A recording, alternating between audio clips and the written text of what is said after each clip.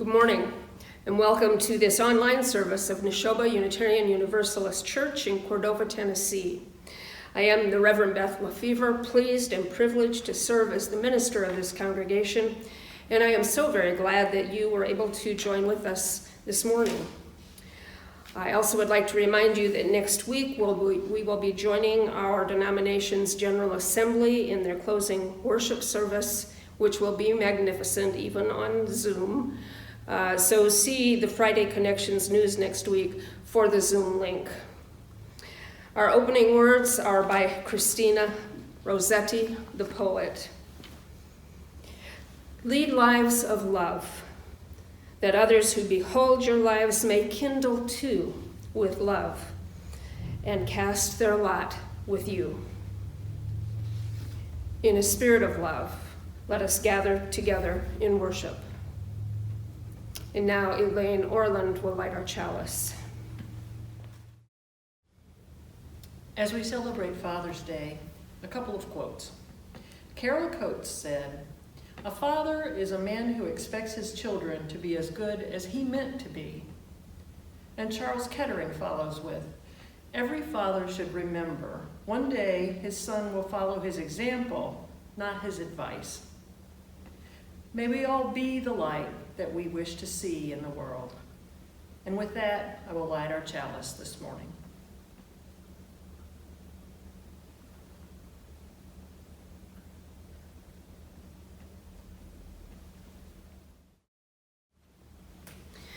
Yesterday was Juneteenth Day, an observance commemorating the end of slavery in Texas.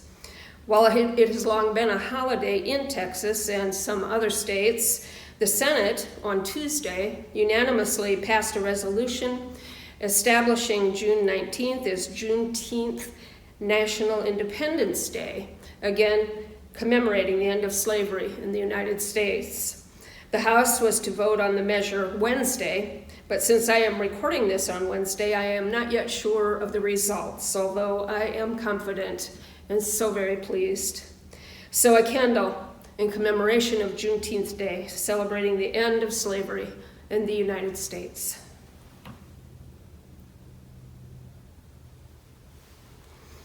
Also, June is National Pride Month, and though I haven't preached on it this year, I would like to note the importance and joy of the month by lighting a candle for LGBTQ pride.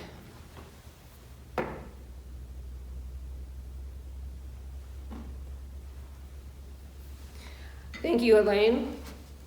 And now let us all join together in reciting the words of our covenant. Love is the doctrine of this church. The quest for truth is our sacrament, and service is our prayer. To dwell together in peace, to seek knowledge and freedom, to serve human need, to the end that all souls shall grow into harmony with the divine. Thus do we covenant with each other and with God. Good morning. This is Joe Cheshire. I'm going to read Juneteenth Jamboree today. It was written by Carole Boston Weatherford and illustrated by Yvonne Buchanan. It was a fine day for daydreaming. Breathing in aromas of apple cobbler and tater pie, Cassandra gazed out her bedroom window. Her brother, Kufi, was in the backyard swinging. Her mind drifted to the city and the friends she left behind. She liked her new house and her new school was okay, but what would summer here in Texas hold? This was her parents' hometown, but it didn't feel like home to Cassandra. "Come lend me a hand," her mother called. Cassandra raced into the kitchen, then stopped in her tracks. Dishes lined the countertops. From the looks of the place, her parents had big plans. "What's going on?" "It's a surprise," replied her mother. Cassandra thought for a moment. It wasn't anyone's birthday. "What kind of surprise?" she asked. "A Texas tradition," said her father, as he bent down to kiss the top of her head. "You'll see." Cassandra helped make red velvet cake while her father fried chicken. Her dad was whistling, and every once in a while he danced over to where her mother was working and twirled her around as if they were dancing at a fancy party. Cassandra loved surprises, and she was usually pretty good at guessing them, but this one had her stumped. She was so deep in thought that she jumped when the doorbell rang. "See who it is, Cassie," her mother said. Cassandra could smell her Aunt Bet's rolls even before she opened the door. Texas didn't feel like home yet, but at least it meant that they were closer to family, especially her favorite aunt. "How's my beautiful niece?" Aunt Bet asked. "Fetch me an apron, would you, baby? Then get some cloves from your mama. We got to get this ham ready." Cassandra decided to see if her aunt would give her any clues about what kind of surprise was brewing. "Are we having company?" she whispered. Aunt Bet winked at Cassandra's mother and just kept on humming and glazing the ham with honey. "Come on, child, you can help with this part."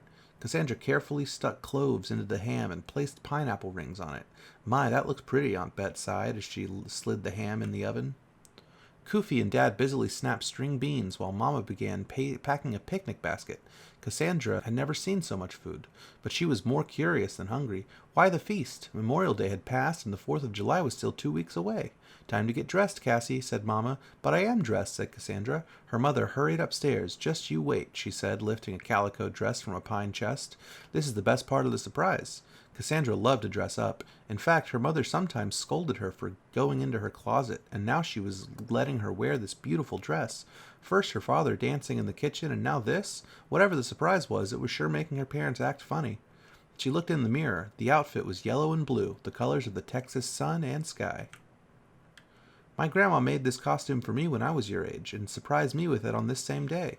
"Costumes?" thought Cassandra. "It's not Halloween. June bugs are jumping and the leaves are all green."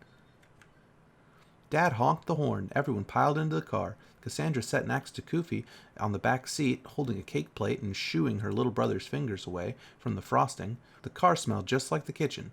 All this surprise business was making her hungry.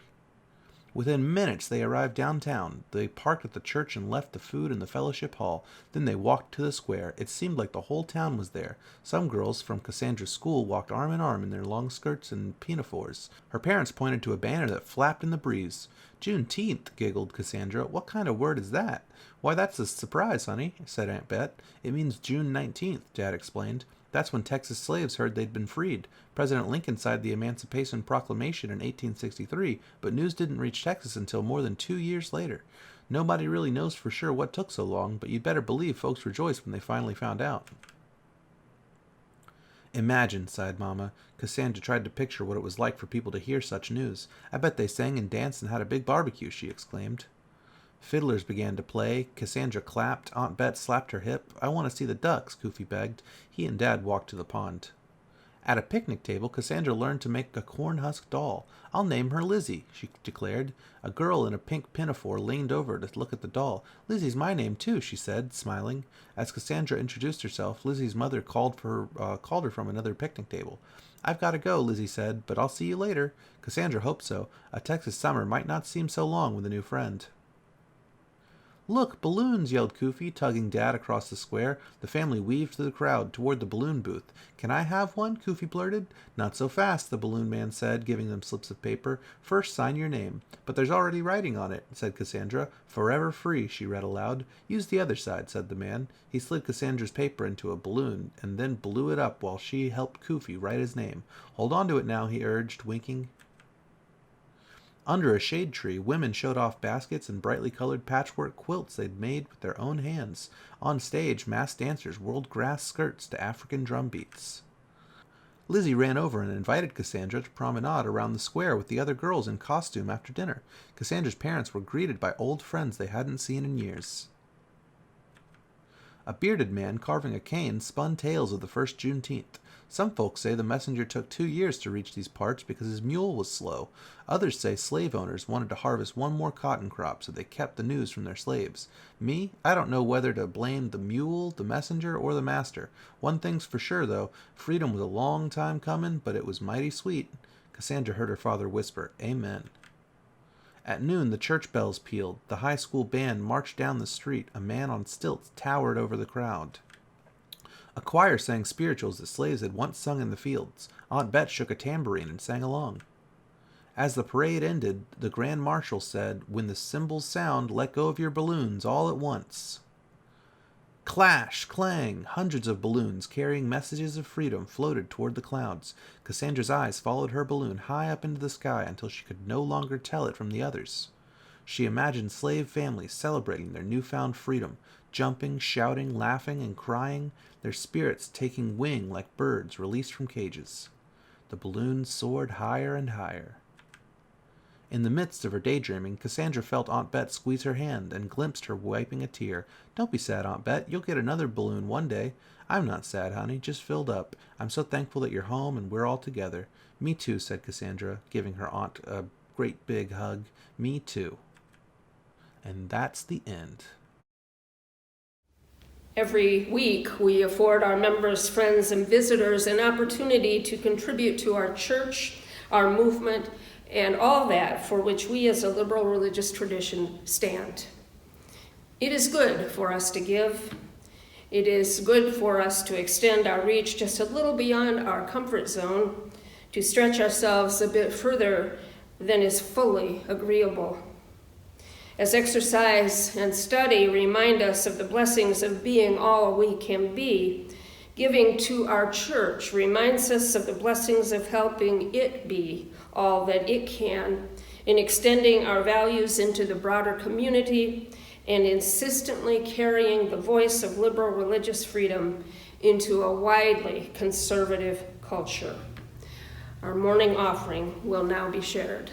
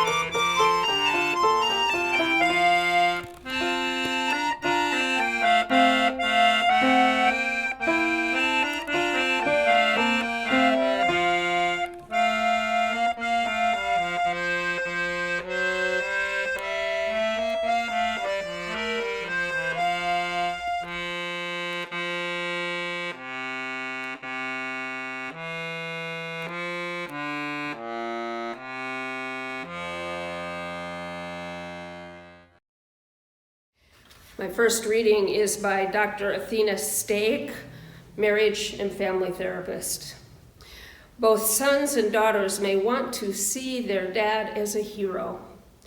Just as much, if not more, however, they want to see a reflection of themselves as heroes in their dad's eyes. My second reading is by Christopher Hitchens, author and socio-political critic. To be the father of growing daughters is to understand something of what Yeats evokes with his imperishable phrase, terrible beauty. Nothing can make one so happily exhilarated or so frightened. It is a solid lesson in the limitations of self to realize that your heart is running around inside someone else's body. And finally, by author Jodi Picoult. What I really want to tell him is to pick up that baby of his and hold her tight, to set the moon on the edge of her crib, and to hang her name up in the stars. When I was a very young child, I was given a record of a song written and sung by jazz musician Cab Calloway and his daughter, who was then just about my age, Lael Calloway.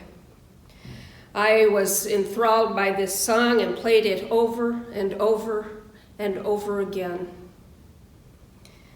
Daddy dear, tell me please, is the world really round? Tell me, where is the bluebird of happiness found? Tell me, why is the sky up above me so blue? And when you were a child, did your daddy tell you? The little girl goes on to ask in song, what becomes of the sun when it falls in the sea? And who lights it again, just as bright as can be? Tell me, why can't I fly like a bird through the skies? Tell me why, Daddy dear, there are tears in your eyes. The father then sings his responses. The daughter asks more questions, and the father again sings his replies, ending with, dear, the bluebirds, the love in your heart pure and true, and I found it the day heaven blessed me with you. I was so captivated by this song for a number of reasons, one being that the words themselves are so simple and moving. But additionally, such an unadulterated expression of love between a father and his daughter, and my mother had told me that's who was singing this song, was unfathomable to me, although I very much wanted to fathom it or comprehend it. You see, my own father was unable to express his love verbally or with any kind of physical affection. I think that was not all that unusual for men of my father's generation. He did express his love by providing for us and building us sandboxes and swing sets and tents and such as that. But some, or maybe even most children, need more direct expressions of parental love, and I sorely longed for that from my father. In addition, unlike Lael Calloway, I never once heard my father sing, not a single note, ever. He didn't even whistle a tune, although he could summon us with a two-fingered kind of whistle, but he never sang or whistled melodically, never. So I listened to this Calloway song over and over again. I had a little record player in my room, so I didn't drive the family nuts with it, but I just couldn't get enough of it. This is, of course, Father's Day, and it is, just like Mother's Day, a time to look at all the ways we have both parented and been parented. And those ways are endless. We all parent, and we are all parented at numerous times and in numerous ways throughout our lives. My father, getting back to father specifically, was unable to give me all that I wanted or needed in fathering, but he gave me enough to help me become strong. And that's pretty key, isn't it? And where he couldn't father me, there were many others who could and did. These include a teacher or two along the way, a minister at one point, people I will never forget, but mostly they were the imaginary fathers of fiction. I read voraciously and expanded upon the stories I read to create moments of fathering for myself via the characters about whom I read. There also were male friends who had one particular characteristic or another that I intuitively recognized as paternally nurturing and nourishing, although I didn't relate to them in that way. But I quietly appreciated that about them whenever I became aware of it.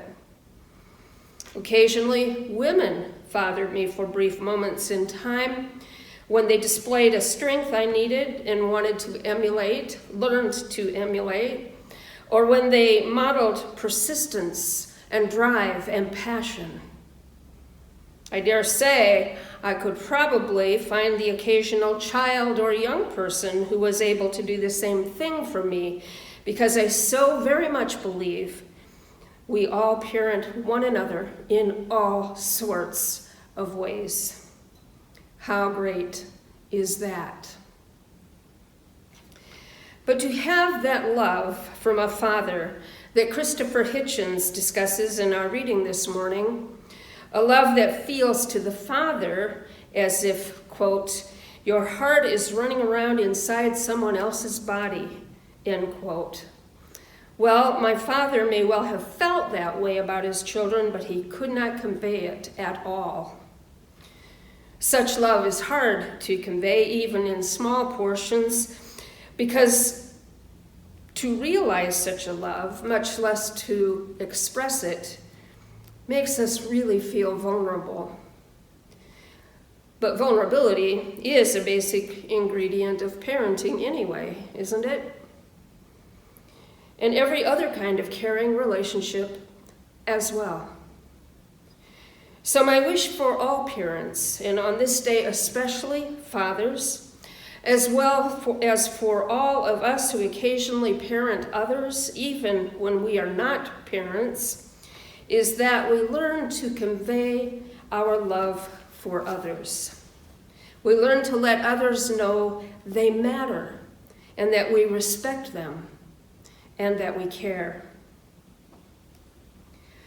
There is a sign out in someone's front yard on one of the roads I travel frequently. The sign simply says, "You matter." There may be no greater universal message than that. You matter. And you are needed in this world. There is a reading in our hymnal by George E. Odell entitled, "We Need One Another." Here is an excerpt. We need one another when we mourn and would be comforted. We need one another when we are in trouble and afraid. We need one another when we are in despair, in temptation, and need to be recalled to our best selves. We need one another when we would accomplish some great purpose and cannot do it alone. We need one another in the hour of success, when we look for someone to share our triumphs. We need one another in the hour of defeat, when with encouragement we might endure and stand again. We need one another. And responding to those needs is one way we parent one another when we are sad, afraid, straying from our own goodness, when we need help toward our goals, when we need to be cheered on, encouraged, or celebrated. Let us be there for one another in such ways as this. Let us parent one another when it is appropriate. Let us celebrate one another. Happy Father's Day to one and to all. And let us now move into a time of meditation, reflection, and prayer. Our meditation this morning is Spirit of Life, a hymn by Carole and McDade. Please quiet yourselves, become calm and easy, open to goodness and love as we meditate upon these words. Spirit of life, come unto me. Sing in my heart all the stirrings of compassion. Blow in the wind, rise in the sea, move in the hand, giving life the shape of justice. Roots hold me close, wings set me free. Spirit of life, come to me, come to me.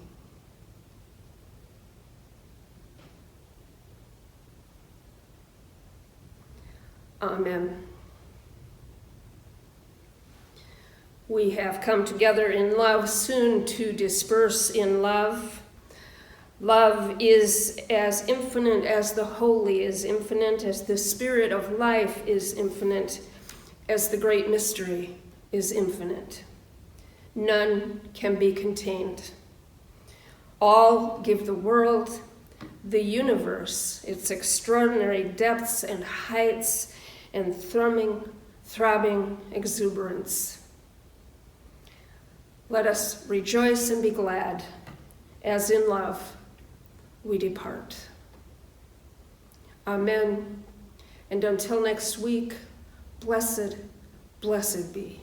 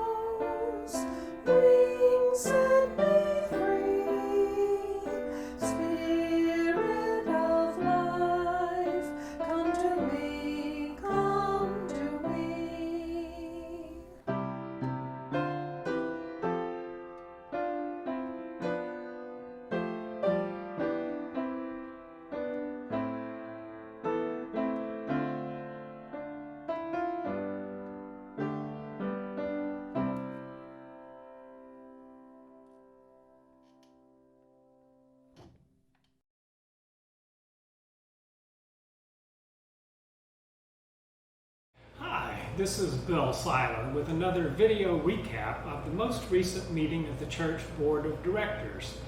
The board met via Zoom on June the 15th. The Secretary will prepare the official meeting minutes for approval at next month's meeting. But in the meantime, here's an informal recap of what happened.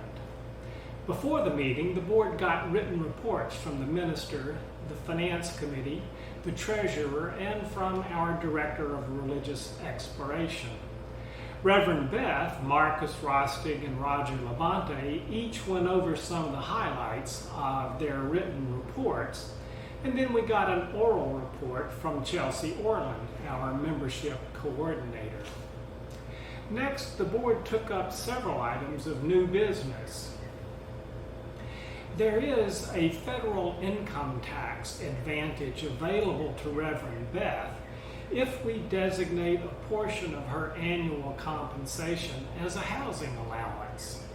So each year the board reaffirms that housing allowance designation, and that reaffirmation was our first item of business this month. Next, Marcus led a board discussion of a new alternative form of endowment giving that we may propose to our membership. As you know, we already have a typical endowment fund, typical in that the fund is subject to legal controls on how it can be conservatively invested and on how it can be spent. As Marcus explained, we could offer another form of endowment giving, one that allows for more aggressive investment and one that allows the board to use the fund earnings for ordinary operational expenses. In the next month or so, Marcus is going to draft a gift instrument. That's the document that a person would use to make a gift to this alternative endowment fund. With that draft document in hand, the board will then be able to discuss in greater detail what this new form of endowment giving might look like. Our third item of business was the selection of Victor Linderman to fill a vacancy on the Committee on Ministry. Rachel Farmer will rotate off that committee and Victor will take her place. The other two members, Dennis King and Sharon Rory, will remain on that committee. Fourth, although we are more and more optimistic about a return to in-person meetings, the board decided to renew our Zoom subscription for another year. Happily, by renewing that subscription through the UUA, we get a cheap rate, only $120 for a year. Our last agenda item had to do with planning for reopening the church, reopening for a return to normal in-person worship and other gatherings. Christy Hogan, Reverend Beth, Valerie Stewart, and Roger Labonte will convene as an ad hoc committee to draft a reopening policy for the board's consideration next month. In the meantime, at this month's meeting, we talked generally about what that policy should take into account. That was it for official actions taken. The board will meet again on July the 20th. You are all welcome to Zoom in and join them at that time. Take good care.